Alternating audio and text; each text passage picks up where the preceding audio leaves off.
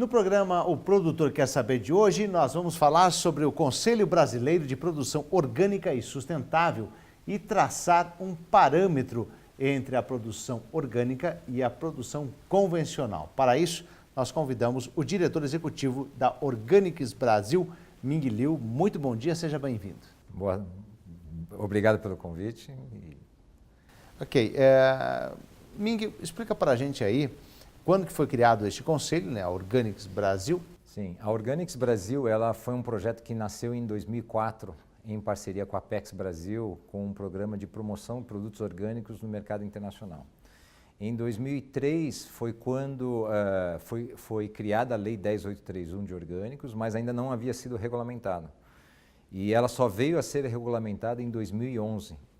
Então, nesse período de 2004 até 2011, nós ficamos trabalhando dentro do setor, promovendo o setor em função da grande demanda global por produtos orgânicos. E o Brasil ainda não tinha o processo de regulamentação realizado. A Organics, o Conselho Brasileiro de Produção Orgânica e Sustentável, ela veio a ser criada a partir de uma demanda das empresas de ter uma entidade setorial que pudesse apoiá-la, não apenas na parte promocional, mas a parte legislativa, a parte como uma entidade setorial deveria ser representada. Então, em 2014, nós criamos o Organics dentro de um molde de um conselho. Então, nós convidamos alguns curadores dentro da indústria, dentro do setor, da academia, do setor das entidades governamentais e criamos um conselho.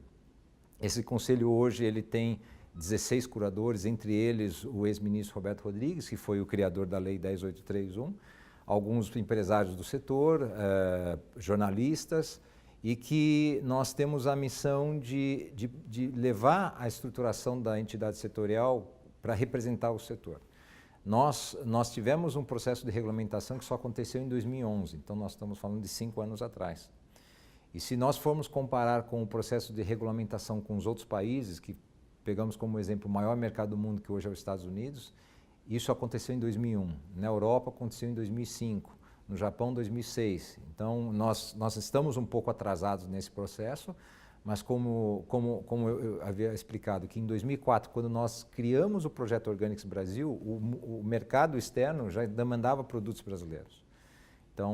Então nós criamos o Organics dentro primeiro, de uma experiência de promoção de produtos para exportação e amadurecendo o mercado interno conforme a regulamentação foi se trabalhando até acontecer a sua regulamentação. Qual é o trabalho na prática deste conselho? A proposta do conselho é de estruturar, criar oportunidades para toda a cadeia. E quando eu falo toda a cadeia, vai desde a cadeia primária, que são os produtores, a cadeia secundária, que são nós nomeamos como a nova safra de empresários e empreendedores que acabaram investindo nesse processo. A partir do momento que houve a regulamentação, houve regras, você consegue perceber a entrada de investidores que não estão diretamente atuando no campo, mas que estão na indústria, no processo. E numa segunda etapa, trabalhar o varejo, para que o varejo possa fazer um trabalho de educação conjuntamente com os produtores, junto ao consumidor. Porque a percepção do consumidor de produto orgânico, ela vai muito ainda na questão de ser um produto caro, de ser um produto sem agrotóxico, quando tem outros valores, outros conceitos que o produto orgânico tem agregado na sua construção. Agora, dentro desse trabalho que vocês encontraram muitas mudanças, porque vocês vêm ali uma criação, depois vão esperar a regulamentação disso tudo, de lá para cá muita coisa, muitos parâmetros mudam, né, nessa questão toda de exigência. Sim. Como é que está isso? Como é que o produtor está entendendo isso? Como é que vocês conseguem adequar isso e passar isso para frente? Grande parte da base produtora, ela vem da agricultura familiar. Então, nós fizemos um trabalho muito forte dos primeiros 4 anos em cima dos empreendimentos da agricultura familiar, e aí vem desde produtores individuais até projetos junto ao Ministério do Desenvolvimento Agrário, o pessoal de extrativismo, tentando mostrar as oportunidades que eles poderiam trabalhar caso eles pensassem em empreender.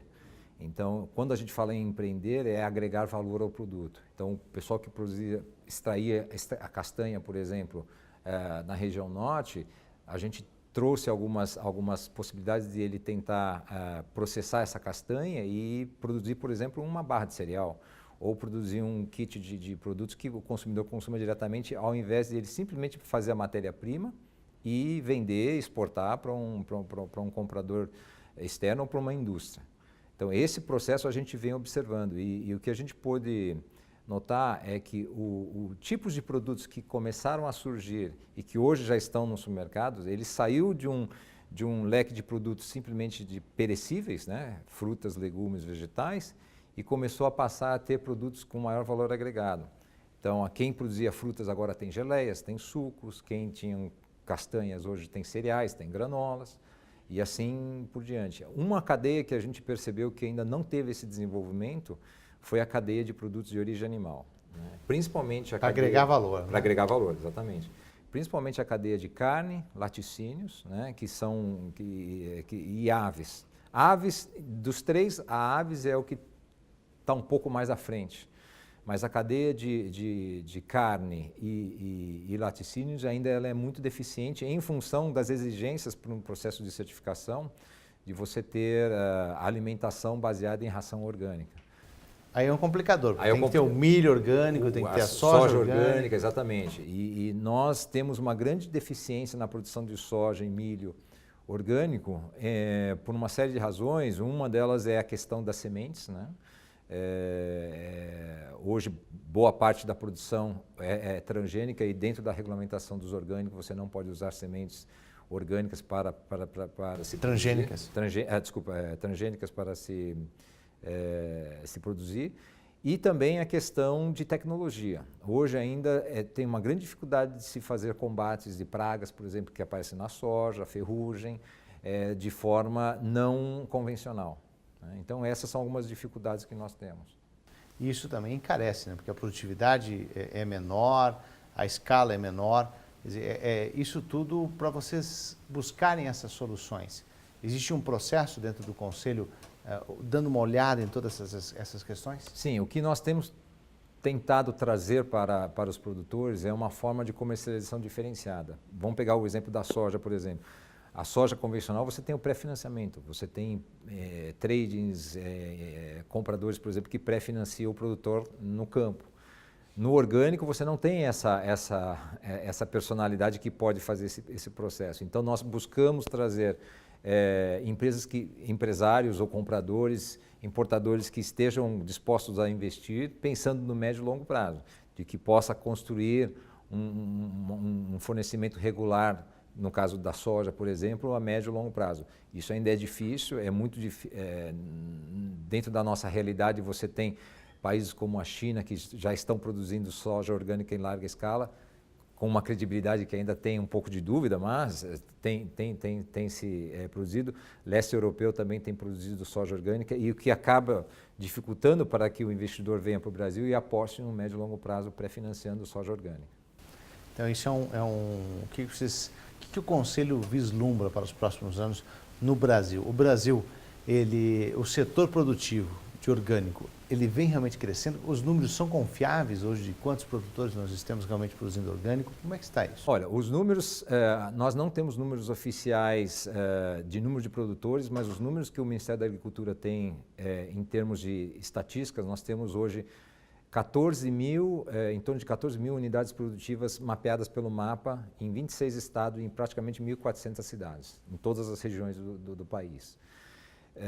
Nós temos um número, não temos número de produção em termos de quantidade e tipo de produto, pela dificuldade do Ministério, mas nós temos plena confiança de que esse é um crescimento que está acontecendo e é confiável, vendo um pouco o que aconteceu com o processo nos Estados Unidos e na Europa. Né? Então, se nós formos pensar hoje o consumidor ele está buscando o quê?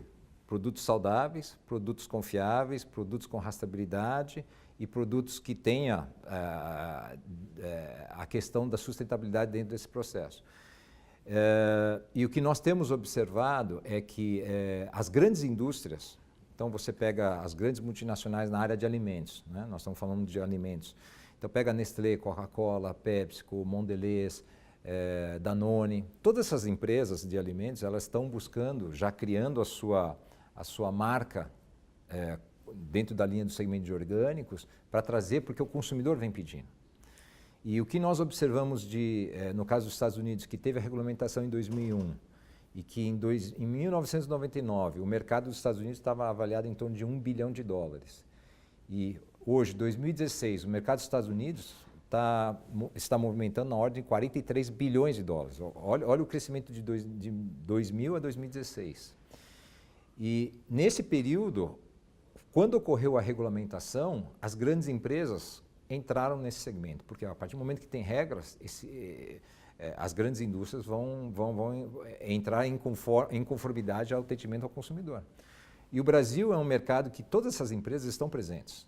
Então, e o Brasil sempre foi um celeiro de matérias-primas para frutas, oleaginosas e castanhas. Então, é questão de tempo de você observar essas empresas entrarem aqui no Brasil, seja num processo de fusão e aquisição no setor secundário, e isso automaticamente vai demandar que o setor primário venha a abastecer. Então, a tendência que nós visualizamos para o futuro é de crescimento pleno, e hoje o crescimento está na ordem de 25% a 30%.